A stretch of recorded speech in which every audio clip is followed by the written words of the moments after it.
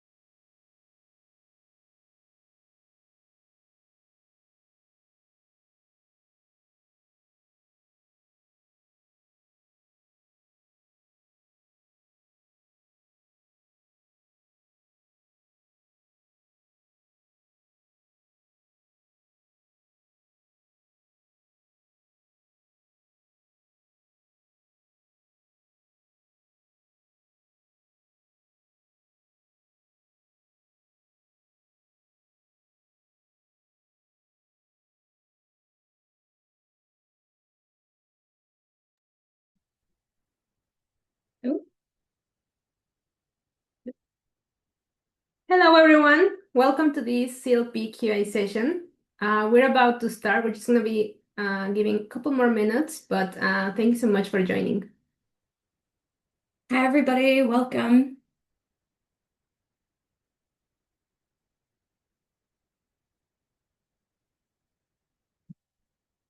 We're just giving one more minute so we can start sharp at 1 p.m. UK time, but welcome everyone who is just joining.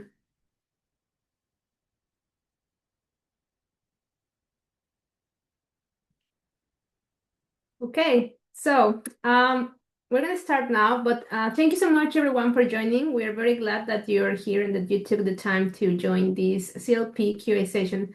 My name is Karla Hernandez, and I am the Senior Program Officer for BirdLife International. And I, together with Eleanor, who will introduce herself in a minute, we lead the team awards for the CLP program. So welcome everyone.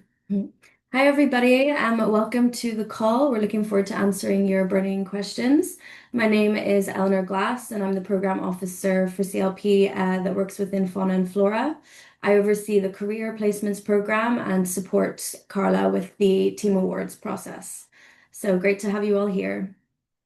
So before we start, we're just going to give you a little bit of background on the team awards. As you might have seen on our website, where you can access the guidelines and the criteria. The CLP, it's a partnership between BirdLife International, Fauna Flora, and the Wildlife Conservation Society. And we have been running this program for about 40 years now. And we are very happy to proudly say that our program focuses on supporting early career conservationists from low and middle income countries. So right now we are offering our core award, which is the Future Conservationist Award. And just as you may have read, this award is particularly important if you are starting your career, and the eligibility criteria overall, it's main on three basic points. The first one is that you need to have a team of at least 3 members. You need to be a national of an eligible country. The list of eligible countries is accessible through our website and the guidelines. But if you have any questions about accessibility eligibility, Eleanor will be very happy to answer all questions related to that. The third thing that it's very important is that you need to have less than 5 years of paid experience in conservation. This means that you should have you could have any other experience. For example, you could be in research or in academia, but you have not to be involved, or you should not have been involved in a conservation job for the past 5 years, or not more than 5 years. You could have been a volunteer or an internship in an organization, an environmental organization, but if it was not paid, then you're still eligible to apply. So this is just like the overall criteria. And of course, you need to focus on one of the priority species within the IUCN Red List, within the categories of endangered, critical endangered, vulnerable, or data deficient. And this year, one of the most important things that we are accepting is that yes, the project has to focus on one of these species, but it can focus on different things. So the themes can be from climate change to environmental management, policy, health and well-being, working with indigenous communities. So we ask you to read the full guidelines, and if there's any other questions that you might have, this is the right place for you. So with that said, we're going to open the floor for questions. So please feel free to drop your questions on the Q&A box that you are going to be seeing. So we have one question in the chat already. What is the term of reference for entry level? So if you mean what does early career mean, that means that you would have less than 5 years experience, which would be paid experience in conservation. So having a role which is paid basically. So doing like research for studies doesn't add towards that 5 years of experience. And as Karla said, any like voluntary positions don't count either towards that. What is the maximum recommended size of a team? That's a question from Peter in the chat. So your team can be any size, minimum 3 people, but then it can go up to as many people as you need to implement the project. Another question, if there are existing biodiversity surveys or ongoing work by local authorities in our area, how do we clearly show that our project is new work as required by CLP? So for new work, what we mean is that it is new work to you. So it's not new work that you're doing, say, for your studies alongside your CLP supported project. So it's new work on the species, and we'll have like a new area of research. So even if the local authorities are doing ongoing work, it could be like a new branch to this ongoing work. Do you want to add anything for that question? No, that's perfect. How much proportion of the grant can be applied to include laboratory analysis post field work? So laboratory analysis, anything which is over 1,000 US dollars has to have strong rationale. So as long as you give that strong rationale for laboratory analysis post field work, then it may be considered. So yeah, just keep that 1,000 total in mind. But if you have really strong rationale for it, then it can be okay. Yeah, no additions. Okay, 3 people, including the team leader. So it will be 4 or 3, exclude the team leader. So 3 people, including the team leader. So you can have 2 team members and then the team leader, which will be 3. So 3 and anything above that for your team size. Can a project be done in multiple sites still within the same country? Yes, that is possible. You can work across multiple sites. From Samuel. Hello, my name is Samuel from Tanzania. Hi, Samuel. Nice to have you here. I want to know, is it eligible for one of the team members who is not team leader to be above 30 years and 5 years of experience? So in terms of age, the team members can be any age. However, all team members must have under 5 years of paid experience. So yeah, since it is, targeted at early career, that means the whole team has to be early career. But you can have supervisors who have more than this 5 years experience. So maybe you can keep this person as a supervisor for your project. Next question from Gabriel. When is the expected project implementation? So you will find out during summer 2026 if your project has been successful or not. So ideally your project should start like end of summer or fall 2026. And the project should last a year or less, but ideally 1 year. Does postdoctoral experience count? Do you want to take that? Yeah, no.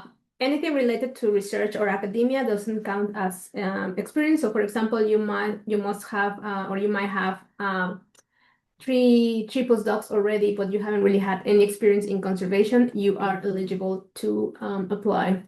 So that's why we're saying that age is really not the limit, it is experience, because maybe you have been a lot of your career more focused around research or academia, but now you're switching into conservation. So you will be totally eligible for one of our awards. Do the team members have to be actively part in the project, example, being part of fieldwork? So we understand that, all the team members will play a different role within the team. So there are some team members that perhaps will be focused on community engagement, or if you're doing something related with outreach and someone is experienced with filming, for example, that person will be doing some filming for the project or some type of other activities that are not necessarily fieldwork, and that's completely acceptable. You just have to justify what is the expertise they're bringing to the team, what exactly they're doing, and that's why you have to be very descriptive when you're completing your application on what exactly they will be contributing to the project and from which capacity. Can I apply from Nepal? Yes, Nepal is eligible to apply, so please submit your application.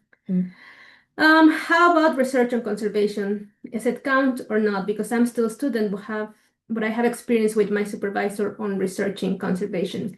So this seems like still an academic research thing. Although yes, we understand that there's research in conservation. You don't necessarily have the experience on a position on itself and what we call action for conservation. Like for example, when you are already project officer and you work for an environmental organization and you actually do conservation on the ground. So yeah, definitely research on conservation doesn't count, especially if you're working directly on a project within any academic institution. I'm just going to add something on the last question, asking if you can apply from Nepal. So there is the list of countries that are eligible within the guidelines and on the website. However, there are some countries which are not included in this, which are eligible. It's hard to cover all the countries in the world which are low and middle income.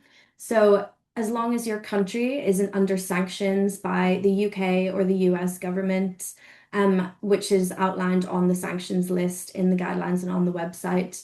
If your country is low to middle income, so that can be like higher middle income as well, you are eligible. But yeah, please email us if you want to double check that your country is eligible. Which question is it on? So this is from Sion. For example, I'm a final year PhD student working on large carnivores. I've recently joined University of Leeds as a research fellow. Am I eligible? So this depends if you are going to be based in Leeds. So we want to support and give these grants to nationals of the country that will actually be living in that country. So now if you are moving to the UK and you're going to be based in the UK, you will not be eligible to apply. And also, if the research were to be part of your PhD, it wouldn't be eligible as we want to support new work, which isn't going to just be contributing to your own personal studies. Would it be acceptable if the project is owned by a big company? So I would say no. I haven't had this question before, but we like to support, like grassroots organizations and NGOs, which are sort of community-based, and teams which are not getting, money like through the corporate companies. So I would say no. Do you want to add? Yeah, I think that's right. Is the creation of artificial ponds that will function as temporary habitats for amphibians an eligible project? Yes, this could definitely be an eligible project since it's contributing towards the conservation action of the amphibian, as long as it is, on the red list as threatened or more data deficient as a species. And yeah, it could very well be eligible then. Is there any age bar, and does PhD duration count as experience? Can someone who has already completed a PhD and above 35 years apply for CLP grant? So people of any age can apply. There's no age limitation except for over 18, I believe. And yes, if you have completed a PhD, that's fine. That doesn't contribute towards your 5 years paid experience. It's just if you have worked in a conservation role and been paid for this role. So academia does not count. So next one from Menelik.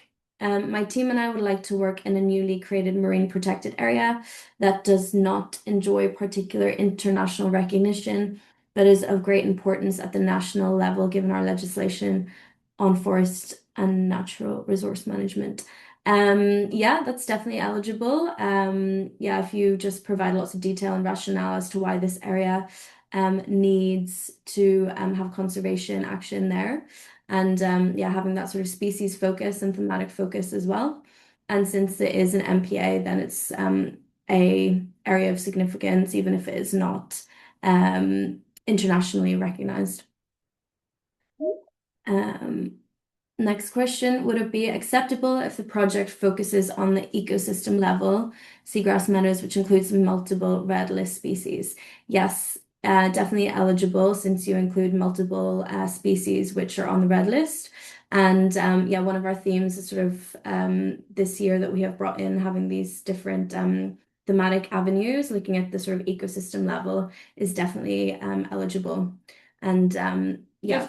Just to add to that, just remember that at least one of your species, if you're doing multi-red list species, at least one of them needs to be within the category of vulnerable, critically endangered, critically endangered, vulnerable, or data deficient. So just remember that and specify that when you're completing your application, please.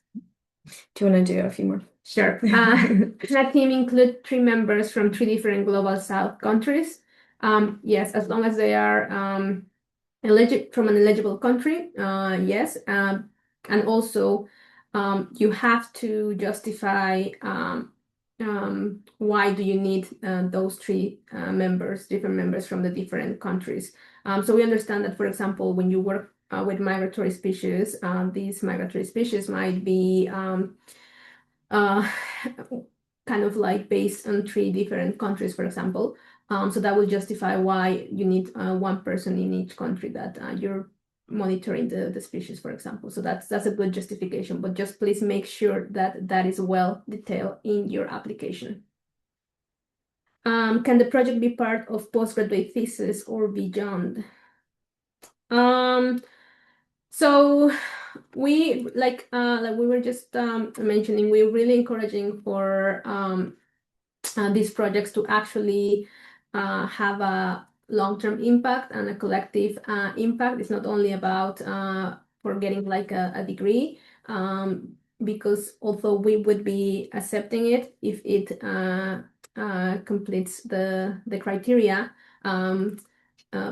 it will probably have to be kind of assessed versus some other projects like grassroots projects, which is what we're trying to really support through CLP. I'm not saying that you should not try, but like we were saying, is like it's not only for one person benefit or getting a degree. It's like you have to really make sure to show that this project will have a long-term impact and collectively support many different people.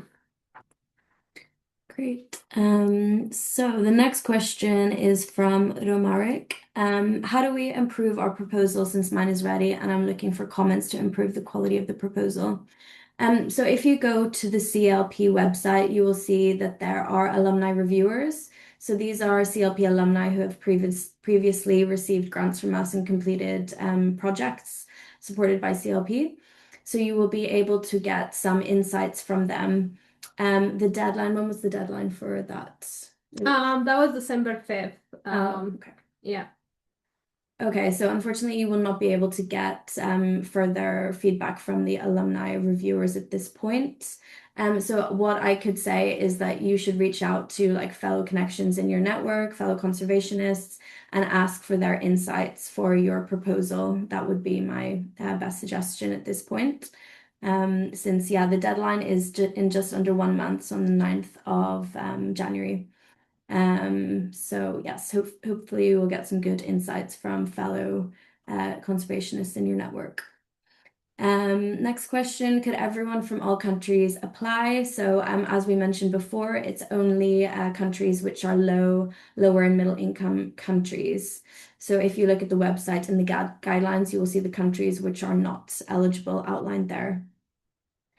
And next question from Simran, is there any specific priority species apart from critically endangered species?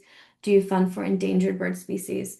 So yes, we fund threatened, endangered, critically endangered. So basically from threatened and higher on the red list, and then also data deficient species. And we fund all taxas. So it's not only about certain taxas, and we also fund all type of ecosystems.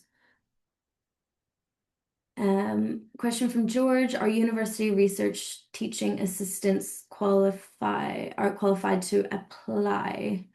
So you're working as a research teaching assistant, and yes, you're definitely eligible to apply as long as you have less than 5 years experience and as long as this project is separate to any of the research that you are currently doing, that it's new research and that it's a new project, which is different than your previously conducted research. Um, One from Mohammedi. Will my application be negatively affected or disqualified if I submit it without confirmed partner details and update this information later if the organization responds? So, my understanding is that you have been reaching out to either BirdLife, WCS, or Fauna and Flora in your country. Please just include that you have reached out to them and that you're waiting for a response, as we like to see in projects that you are doing research on if one of the partner organizations is currently active in your country, as they can give you support and insights towards your proposal, towards your project. So that's great that you have reached out to them, and yeah, please just include that information and hopefully they will get back to you soon. So do I need an experience certificate of 5 years? No. So basically to be eligible, you must have less than 5 years of paid experience in conservation.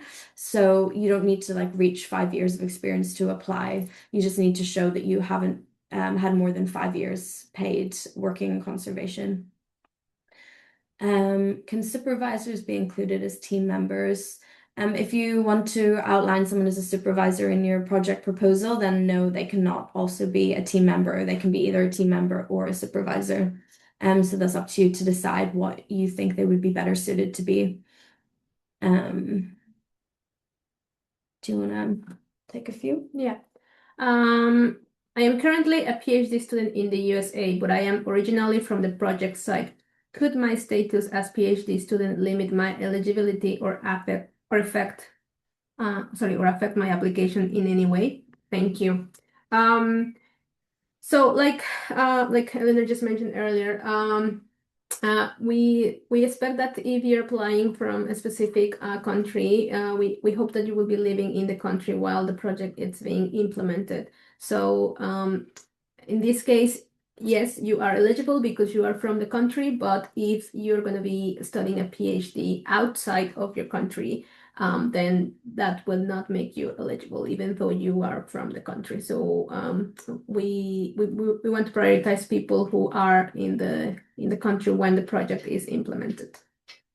Can one change the project topic of a submitted project that was rejected previously? Yeah. Yeah, I mean, you can apply as many times as you want with CLP, and what a fantastic thing that we offer is that if your application gets rejected, even within the first stage, you will always get feedback. So you could either submit that same application, just tweaking it and just making it more strong, or you can decide to apply with a fully new team and new topic. So yeah. I applied for the CLP in 2024, and some parts of the proposal have been revised based on reviewer feedback.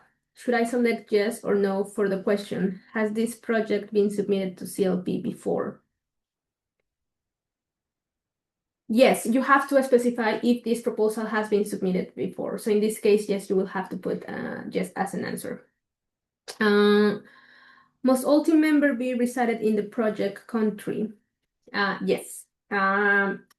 Yes, we and CLP, what we focus is to develop the capacity of people from the country. So that's why we really encourage that all the people applying are from the country and are living in the country. Which ways of reporting? End of project year or so at CLP we have three reporting stages. The first one is when you just started your project. The second is when you have completed your field work, which is what we call our preliminary reports, and then your final report. So it's three stages of reporting within CLP, which are specified once you win the award. We will provide all that application of when that happens and what is expected from you. What is the deadline of proposal submit? It's on January 9th at the end of the day. So please work on your application, and if you have any questions after this QA session, please reach out to any of us and we'll be more than happy to guide you. By the way, thank you so much for all these questions. It's amazing. So we're responding all of them. So thank you for your patience and for just being so engaging with CLP. What if one of the team member having more than 5 years, not the lead researchers, but within the team? Unfortunately, all the team members need to have less than 5 years of paid experience, so with no exception. So just make sure that all your team members can fulfill that criteria. If not, then you will be unfortunately disqualified and not eligible for the next stage. Hello everyone, my name is Kulondwa. Apologies for my mispronunciation. Burundi Lucien, the Democratic Republic of Congo, sorry, is eligible. I think it's we will have to review this case, because based on there are certain sanctions that we or some countries that are sanctioned in some ways, but we'll have to review this. So if you can send us an email, we can follow up with you. You wanna continue? Okay, so this is from Lucia. If a project has already been running for several years, is it still valid for CLP if I propose new activities within that existing project? So I would say no, that we wouldn't give additional funding to a continuous project. It would have to be seen as its own project and new area of research. If you're already researching a particular species, if it's maybe looking at a new aspect of research on this species and creating this holistic project with the community engagement part, or looking at a specific theme, then yes, you would be eligible to apply. But if it's ongoing research and it's not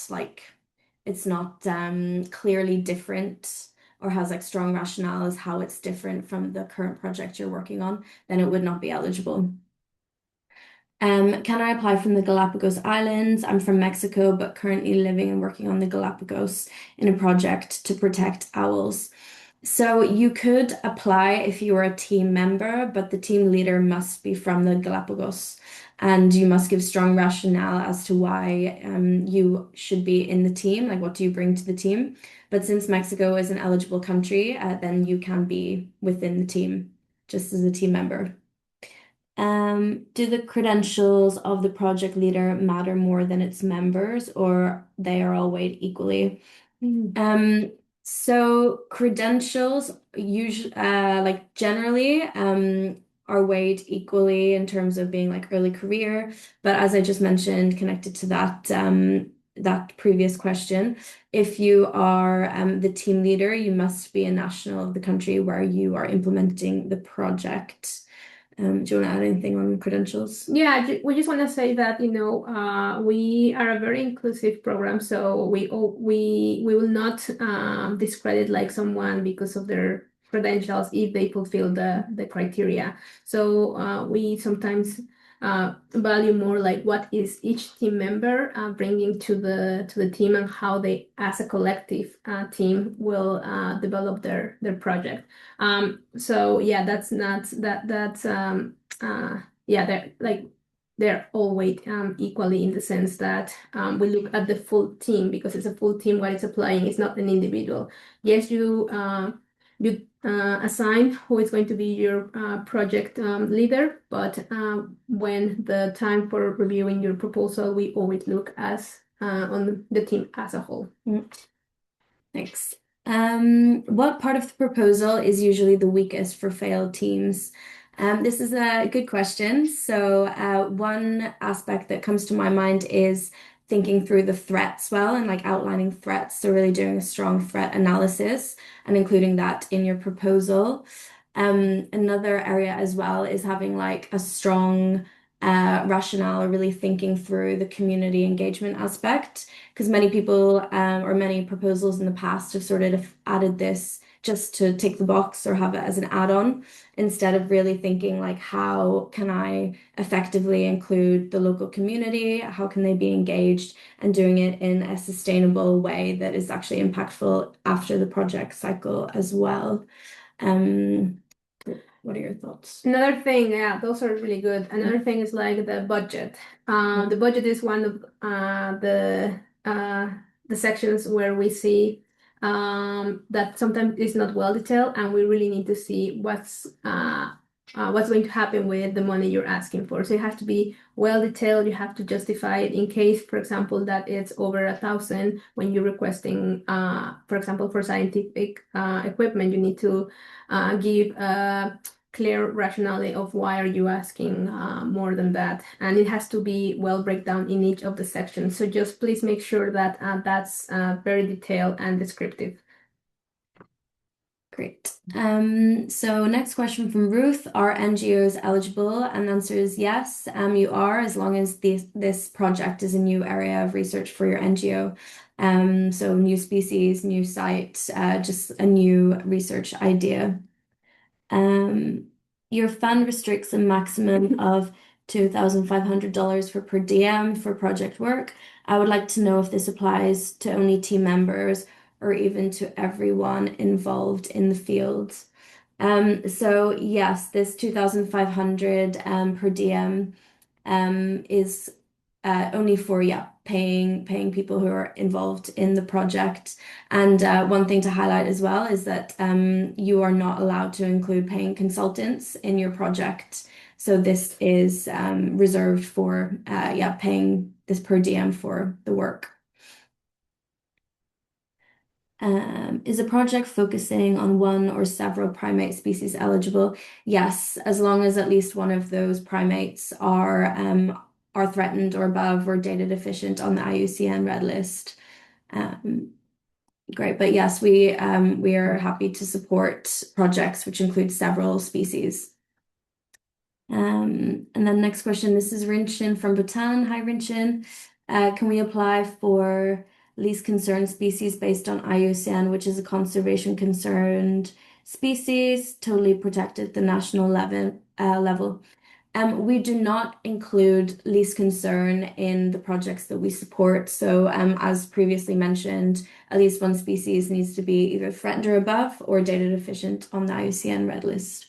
Can I just add something? We do have some exceptions in which we will take a look at specific proposals in which we understand that at the national level, there is an urgency for these species to be protected. So we will consider that, but it's based on a case by case. But you have to have a really good justification of why this species needs to be protected urgently, even though it's not considered within the IUCN Red List as threatened or above.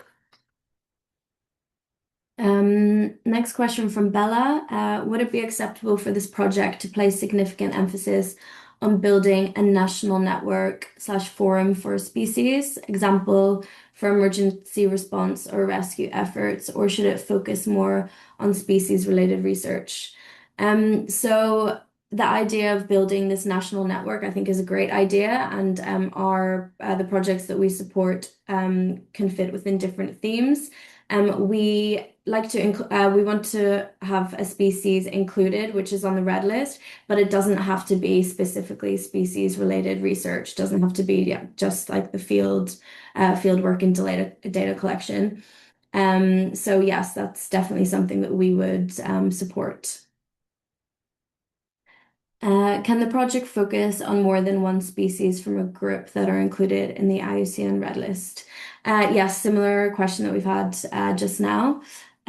So yes, you can have more than one species included in your project that are threatened or above or data deficient, or as Karla just mentioned, if it's least concern globally, but nationally there is a need to conserve it, then we can do it case by case. Ritika, hello. I would like to confirm whether the study site is required to fall within a designated protected area, such as a national park or wildlife sanctuary. It does not need to fall within a designated protected area. However, you must provide strong rationale as to what is the significance of the site, why does it need protected, why does the species within the site need to be protected. I mean totally protected at the country level.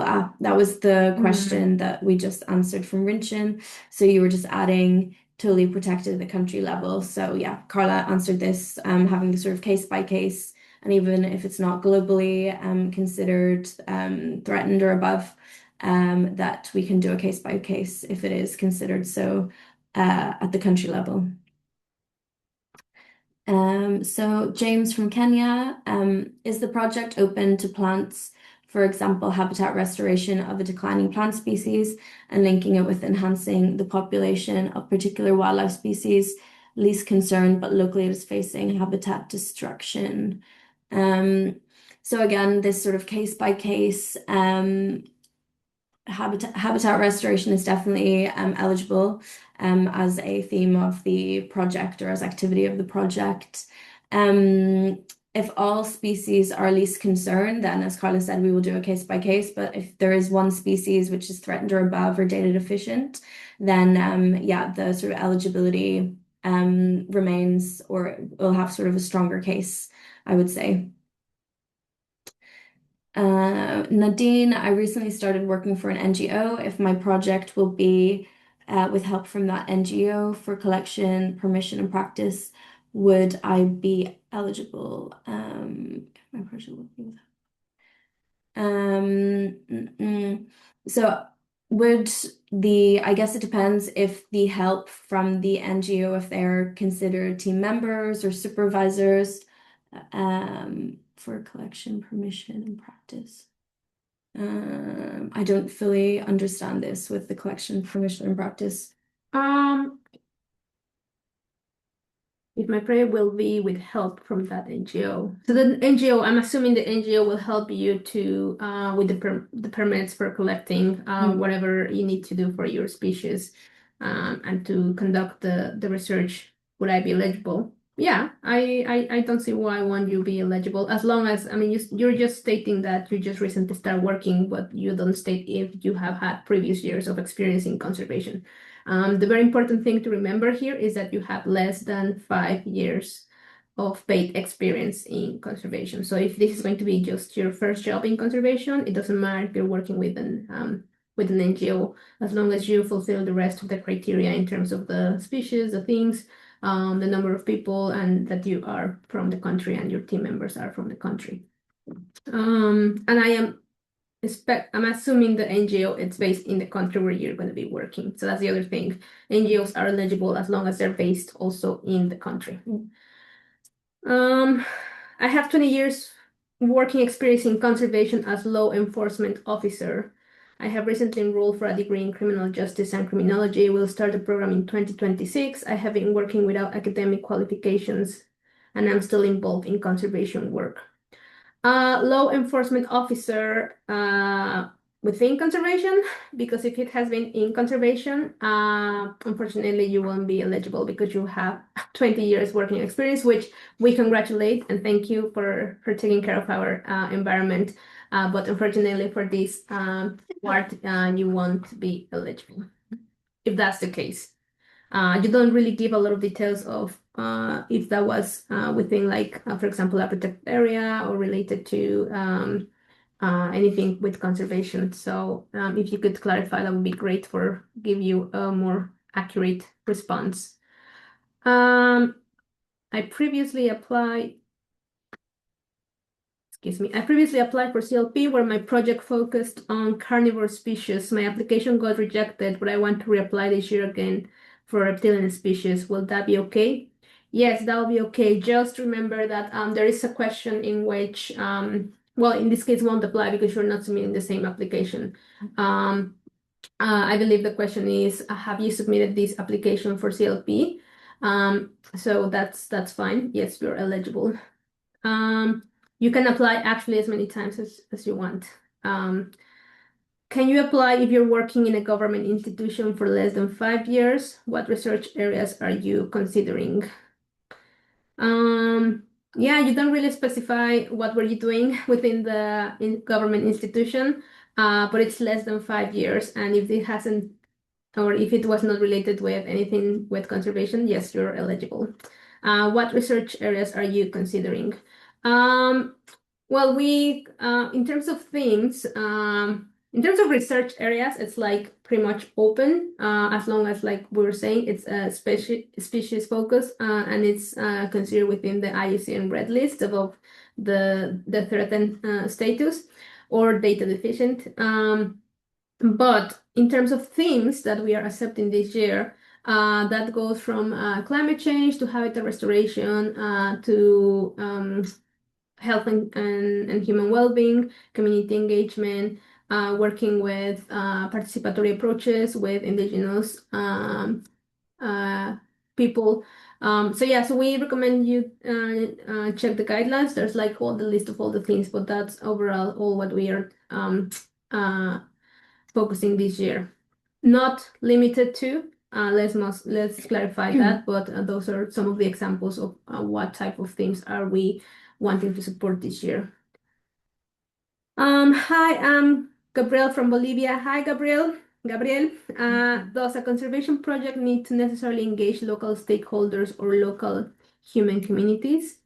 Yes, so this is one of the things that we consider when you're working. It's that your work has a human-centered approach also, in terms of like working with the people for which these species, for example, you're wanting to protect. And this is because conservation action is also about finding the balance between nature and people. So it definitely will recommend that you work towards engaging local stakeholders and local communities. Is basic research legible? Uh, what exactly do you mean with basic research? Maybe like baseline? Is it baseline, or if you could just provide a little bit more of context for this question, that would be helpful. Thank you. Can the project be formally attached to an NGO, provided that the application is written and carried out by an eligible team? Yes. Yeah, that's perfectly fine. You will have to specify that within your application. So just make sure to include that. If I work at a lower position like a research technician for 5 years paid, then now promoted to a research scientist for the past 3 years paid, am I eligible? Yes, because all this has been in the research experience side, so it's a lot. I'm assuming this has all happened within academia, and if within an NGO, it will be good if you could clarify where has this been done. But it seems to us that it's like the research side, so you're definitely eligible. Will topics such as decarbonization be accepted? Yes, absolutely. Like we said, perhaps the project you're trying to do with decarbonization, it links also to something related with species, or how this could also help to protect and conserve species. So yes, definitely. You want to go now? Sure. How should the research and outreach slash community work be separated in terms of the budget? Should it be 50-50 research and community outreach? So this isn't something that we specify. Going back to, the cost per item. So if something costs more than 1,000 US dollars, then you need to give like a strong rationale for why it costs more than this. But we don't specify if it's how much percent can be towards the community outreach or the research element of it. So just ensure that you have a lot of detail in your budget, in the budget section, as Karla mentioned earlier, and that you justify everything and yeah, make everything very, very clear and concise in your budget, and then you're more likely to be successful. Next question. From where else are you seeking funding? Is the question within the application. Is it okay to indicate possible donations from a private citizen donor who wants to support our work, or should it strictly be a grant? So it depends if this private citizen or donor wants to specifically support this project that you are implementing with the CLP grant. It doesn't have to strictly be a grant. If it's considered, support or donation towards your work, then it's considered funding. So just keep in mind that it needs to be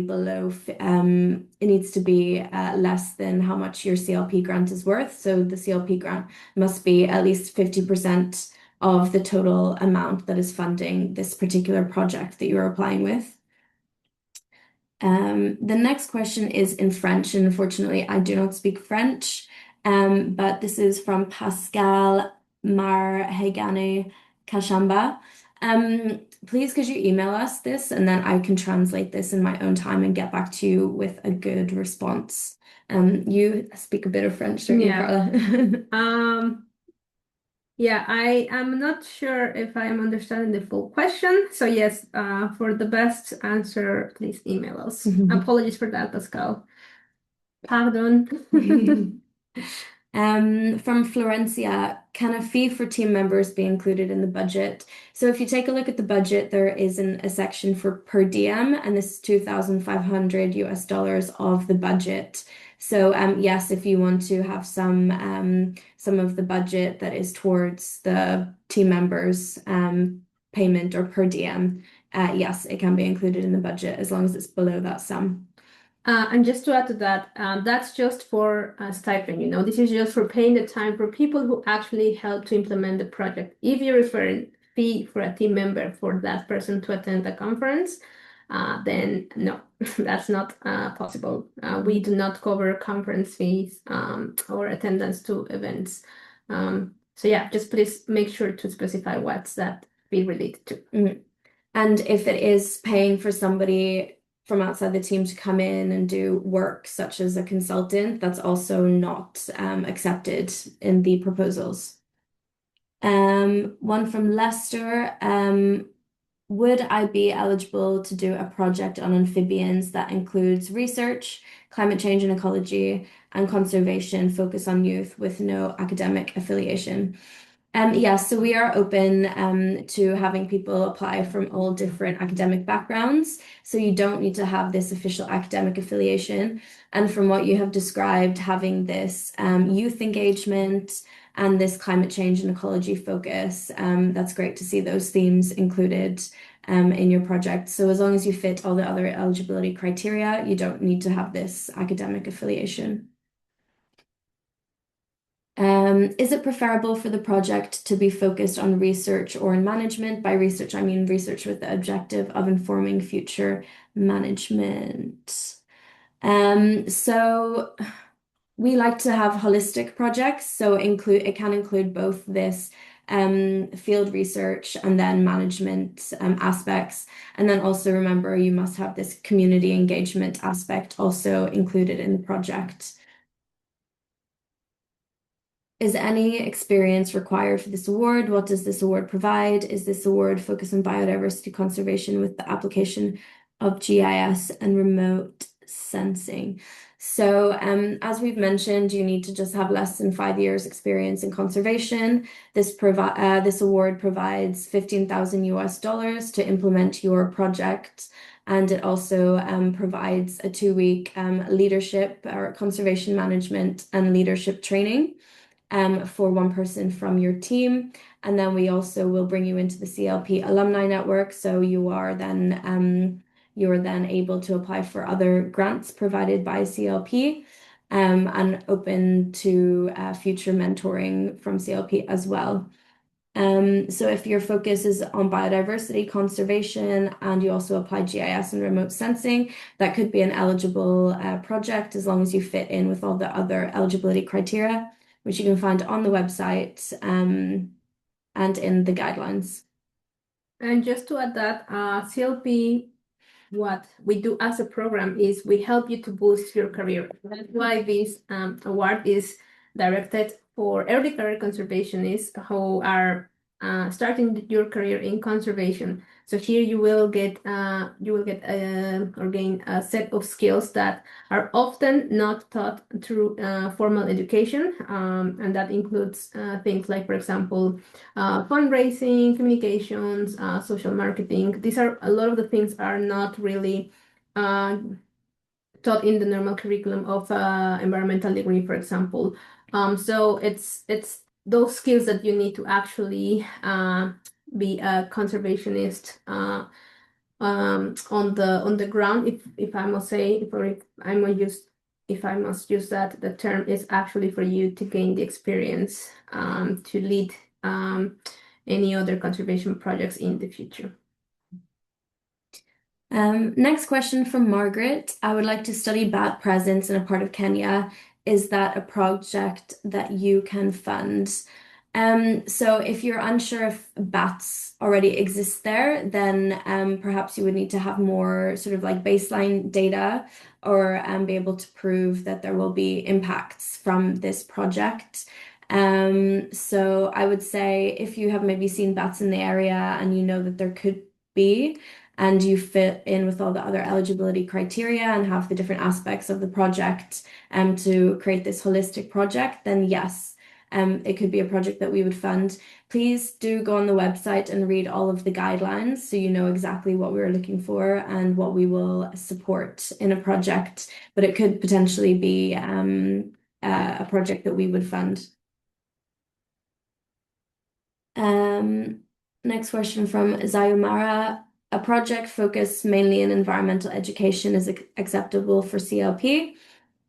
Yes, it could be supported and be eligible with a focus on environmental education as a thematic area, but then you will also need to have a species included that is threatened or above or data deficient on the IUCN Red List and fit in with the other eligibility criteria. But we definitely want to support, engagement, youth engagement, community engagement, and environmental education is an aspect and a theme that we could support as part of the project.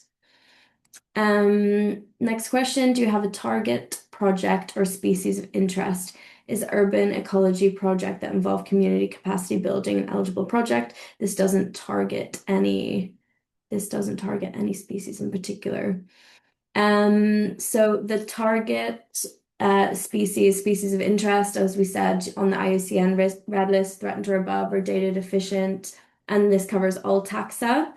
Urban ecology is an interesting area of study as well, which we haven't seen so often, but it's definitely something that we would want to support. However, you would have to have a target species included in this as a focal species or species that is sort of within the area, which is on the IUCN Red List. Do you want to add anything to that? No, that's fine. Yeah. Can the project include a camp or a summer school as part of its activities? It definitely could, since that is a community engagement activity. Of course, this depends as well just on, say, the cost, how much of the budget this takes up. Is it over like $1,000 for particular materials or like one particular aspect? So you just need to give very strong rationale and ensure that it's holistic as a project.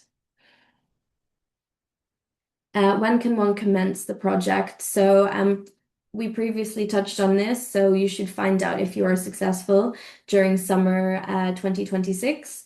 So the project should commence sort of end of summer, fall 2026. Next question, could the budget include salaries for field technicians? So are these team members? We say it's sort of a stipend or a per diem, so not salaries, and it has to be under 2,500 of the budget. I'm working for Peace Parks Foundation in Zambia. I would like to do a master's in tropical ecology and biodiversity with focus on elephant conservation in Zambia. Am I eligible? So you're working for a foundation in Zambia. So if this is as part of your master's degree, if this is research, towards your master's, then it's not eligible as it would just be, contributing towards your master's research. It has to be a separate project with yeah, a new piece of research for it to be eligible. Yeah, we just had that question. Could the budget include salaries for field technicians? Just answered. Gabrielle, my team and I will want to work on raising awareness and training security agencies in one of the most porous border communities using two endangered species as our focus species that are frequently trafficked using that route. Is this something that can be supported by CLP? Definitely, yes. And we actually just delivered a training on wildlife trade. So definitely they are, as you said, they're endangered. So that's definitely within our eligibility. And yeah, it's a really interesting topic about trafficking these species. And you have that awareness raising or engagement of local communities, which is another aspect that we like to see in the projects. Just quickly to mention that we only have 5 minutes left in our session, so we're going to try to read as many as possible, but if not, please send us an email to clp@birdlife.org where we can continue to respond to your questions. So you can go. Next question, how much of the budget can go towards restoration with planting actions? So we don't have a specific amount that would be dedicated towards that restoration, but as previously mentioned, if one particular thing costs over 1,000 US dollars, you just need to give a very detailed justification as to why. Just to add to this question, we know that restoration projects can be expensive, and sometimes what we have seen is that from the 100% of the budget, 85 it's put towards restoration, or 90% of that. So that most likely will be rejected, because what we're trying to do here, it's like a balance of activities. So although yes, you will be focused on restoration, there's so many approaches to restoration, and you have to consider that when you're developing your proposal. Restoration for what, for whom, who will benefit, and like we have been saying, it's like it's important that you also focus on like how you will be involving local stakeholders or local people from communities in these restoration projects. So just take that into account when you develop your budget for these type of projects. I applied for CLP in 2024. We've answered that question, I believe. Can I hire CLP alumni to serve as an advisor to my project? Yes, if you want to have them as a supervisor, that's totally fine. And that's great since they have that experience with CLP. By saying hire, I don't know if that means that payment is involved, but yeah, that can be like payment from your grant. But if you just want to bring them on as a supervisor who's supervising you as you implement your project, that's totally fine. Can one person serve as a team leader for one project and as supporting member for another project? Team and support. So if that means you're applying twice and you're the same person is the leader in one application and the team member for another, yeah, a person cannot apply twice in the same round for a CLP grant. So maybe if they do like 1 year as a team leader, then they can apply the next year as a team member. But we don't accept like several or more than one application per round from an individual. And also, if you're referring that that person is serving currently as a supporting member for another active project, no, that person is not eligible. You don't need to have any active projects when applying for CLP if you're applying for a new CLP grant. I see we just have 2 minutes left, so we will just answer, let's say, 2 more questions, and then we will have to close. But thank you all again for joining. It's great to see such a large turnout and that so many people are interested in CLP and applying for funding from us. So we appreciate you. I'm from the country of the project, but reside in the USA. My other 2 team members reside in the country of the project. Are we eligible? No, if you are going to be living in the USA whenever the project will be implemented, you must be a national of the country and reside within that country. Do you fund megafauna like snow leopard, tiger, elephant? Yes, we do, but there is also the consideration that we want to support under-supported species. So if your species is sort of data deficient or hasn't got much attention, then we like to support these species. So we know there's a lot of support out there for tigers and elephants, for example. Yeah, keep that in mind whenever you are applying. I will answer this one last question and then we will have to close. Two more. I think we can do Two more? two, three more, and that will be it. Apologies for that. So I would like to clarify the funding disbursement process. Will awarded funds be transferred directly to a personal bank account, or is it required that applicants be affiliated with a research institution and use the institution's bank account for fund management? So this is at the discretion of the team, so we can transfer the grant directly to a personal bank account or to an institution. It really depends what is the most straightforward and acceptable route for the team. Data deficiency area, not species. How about data? Oh, do you mean like a region where there's not much data that's being collected? You would still have to have target species included in that. Do you want to add something? No, that's fine. Yeah. Okay. And finally, we'll answer this last question. Suppose an organization has an ongoing project, but with insufficient funds. Is it possible to apply for funds to support a few project components that focus on research and monitoring of threatened species? So you cannot apply to fund components of a project that is already running. It needs to be a completely new area of research and a new project that is not being currently being implemented. Okay. Right. Yeah, there's so many questions, and we're very grateful for your interest. Unfortunately, we have run out of time. But please make sure that you send us an email if you have any other specific questions. We're trying to see if we can save all your questions, because we really want you to be with as much information as you need before applying. But again, I think there's 100 more questions that just came into the chat. Thank you so much for joining. This has been very, very insightful, and we're very grateful that you are interested in applying to CLP. We look forward to receiving your applications, and we wish you the best. Remember, the deadline is January 9, 2026, by the end of the day. So please do not hesitate to reach out if you need, and thank you again. Yeah, thank you all for attending today. It's great to see so many questions coming through. And please reach out to us. Sorry that we didn't have more time today, and good luck with the process. We are rooting for you here at CLP. Take care. Take care. Bye.